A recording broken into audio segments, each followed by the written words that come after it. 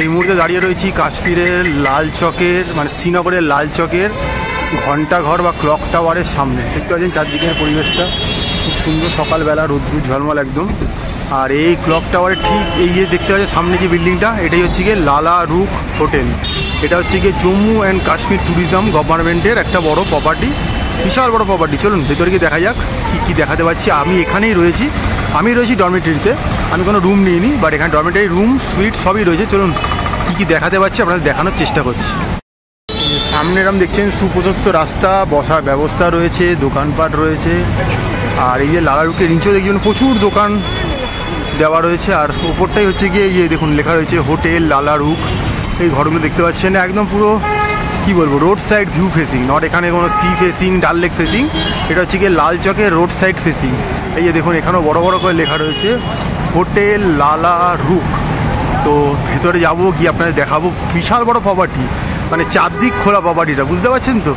তো সামনেই গেট রয়েছে, তো গেট দিয়ে ঢুকবো, ঢুকে ভেতরে যাবো, গিয়ে আপনাদের দেখাবো। আর ল্যান্ডমার্ক নিয়ে কোনো অসুবিধার কারণই নেই, লাল চকে চলে এলে এটা দেখতেই পারবেন, ঘন্টাঘরের ঠিক উল্টো দিকে। এই যে দেখতে পাচ্ছেন হোটেল লালা রুখ, ভেতরে রেস্টুরেন্টও রয়েছে, তো ভেতরে যাবো।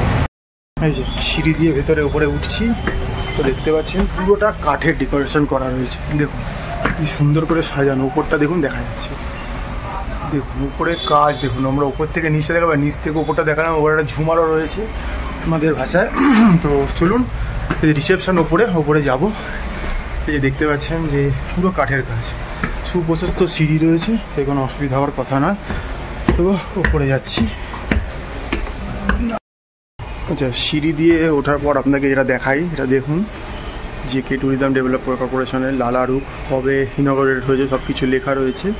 আর এইদিকে ওনাদের রেস্টুরেন্ট রয়েছে, আপনার পরে দেখাবো। এখন এই করিডোরের দিকে আমি একটু যাচ্ছি, এখানেও প্রচুর রুম রয়েছে, রুমগুলো বোধহয় লোক রয়েছে। তো আমি সামনে রিসেপশানের দিকে যাচ্ছি, তো আপনাদেরকে এই রিসেপশানটা গিয়ে দেখাবো। অনেকটা লম্বা প্রশস্ত করিডোর দেখতে পাচ্ছেন, বিভিন্ন জায়গার ঘড়ি দেখতে পাচ্ছি একসাথে লাগানো রয়েছে। তো এই ঘড়িগুলো রয়েছে, এখানে চেক আউট টাইম হচ্ছে গিয়ে দুপুর 12টা, এটা একটা খুব সুন্দর ব্যাপার।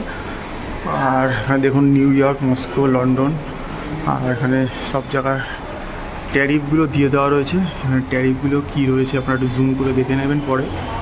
ডরমেটারি ভাড়া কত, রুমের ভাড়া কত, তো আমি দেখবো যদি পারি অন্য কোনো রুম দেখিয়ে দেওয়া।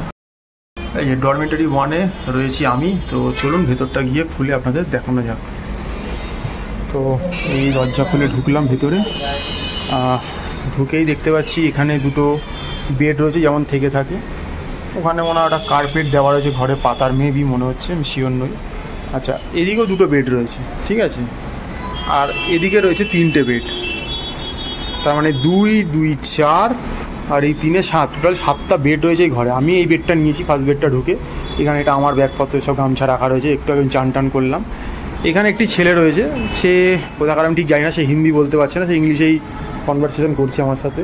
তো সে বাইরে গেছে, আমাকে বলে গেল। আর আমাদের বলা হয়েছে যে একজন ঘরে থাকলে ঠিক আছে, যদি দুজনই বাইরে চলে যাও তাহলে চাবিটা রিসেপশনে জমা দিয়ে যাবে, এটা আমাদের বলে দেওয়া হয়েছে। আচ্ছা, এবারে চলে আসি হচ্ছে ঘরে আর কী রয়েছে। ঘরে একটা পাখা রয়েছে দেখতে পাচ্ছি, আর এখানে এই একটা লাইট রয়েছে, আর ওই একটা লাইট রয়েছে। যদিও শ্রীনগরে এতদিন গরম পড়তো না, তাই হয়তো পাখার প্রকোপ নেই, সেই জন্য হয়তো ঘরে এত। আপনি কি বলবেন যে 7 জনের জন্য একটা পাখা? হ্যাঁ, কারণ এটা তো ঠান্ডা প্রধান জায়গা, রিসেন্ট টাইমে এত গরম পড়ছে তাই পাখাটা দিয়েছে। আর এদিক থেকে দেখা যাচ্ছে একটা বিশাল বড় জানলা রয়েছে দেখতে পাচ্ছি। তো চলুন জানলাটা গিয়ে দেখি। দেখুন জানলাটা দিয়ে কিন্তু একদম পুরো বাইরে সব কিছু দেখতে পাওয়া যাচ্ছে।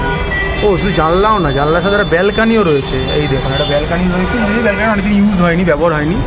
আর জানলাটা কিন্তু দুটো, এটা একটা নেট দেওয়া পার্ট রয়েছে, মানে নেটটা টেনে দিলে মশা পোকামাকড় ঢুকবে না। আর এটা দিয়ে অফ করা যেতে পারে পুরোটা। তো খুলে রেখেছি, সকালবেলা হাওয়া বাতাস ঢুকবে, পর্দা দেওয়া রয়েছে। আর এদিকে যদি দেখি একটা দরজা দেওয়া রয়েছে, এই দরজাটা খুলে কিন্তু ওই বারান্দাটা গিয়েই ব্যবহার করতে পারি। তো কথা হচ্ছে কি, দরজাটা যদি খুলিও আমি, এই দেখুন খোলা যাচ্ছে, কিন্তু এমন নয় যাচ্ছে না, প্রত্যেকেই দুটো করে পার্ট রয়েছে। এই আমি যদি এটাকে খুলে দিই, এই দেখুন আমি যদি এটাকে খুলি তাহলে কিন্তু আমি বারান্দায় চলে এলাম। এই দেখুন বারান্দাটা একটু অপরিষ্কার হয়ে রয়েছে, একটা চেয়ার দেওয়া রয়েছে। এখান থেকে কিন্তু বাইরের রাস্তাটা দেখতে পাওয়া যাচ্ছে। আপনারা যদি বলেন এটা কোন রাস্তাটা, আমি যে গেটটা দিয়ে ঢুকলাম সেটা কিন্তু এই দিকে গিয়ে জাস্ট এদিকে ঘুরলেই কিন্তু সেই গেটটা, মানে একদম লাল চকের ক্লক টাওয়ারটা, তার পাশের যে গলিটা সেটা দিয়ে কিন্তু এই জায়গাটা আমি বললাম না, এটা এমন একটা জায়গায় লোকেশন এটা যে চারদিকে কিন্তু এর রুমগুলোতে বারান্দা রয়েছে, ঠিক আছে। তো এটা আমাদের দেখুন ডরমিটারি থেকেও একটা বারান্দা পাওয়া যাচ্ছে, যেটা অনেকে হয়তো চেয়ে পায় না, তো আমরা পাচ্ছি। বাইরের উপভোগ দেখতেই পারি।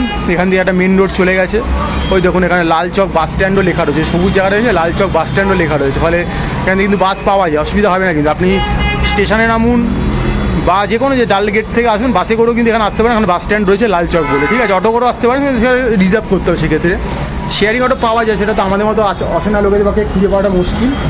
তো আমি ভেতরে চলে যাচ্ছি এবারে। তো ভেতরে আপনাদের ঘরটা আরেকবার ভালো করে দেখাই। তো দেখতে পাচ্ছেন এই যে এখানে এদিকে 3 জনের বেড রয়েছে, আর এদিকে 2 4 জন, টোটাল 7 জন এখানে থাকতে পারবো। যদিও এখানে কেউ নেই বলে সে তার এই গোটা বেডটাই ইউজ করছে, আর আমরা যদি এখানে রাত অবধি কেউ না আসে, বলতে পারেন ওয়ান টাইপ অফ আমি এই দিকটা পুরোটাই ব্যবহার করতে পারবো।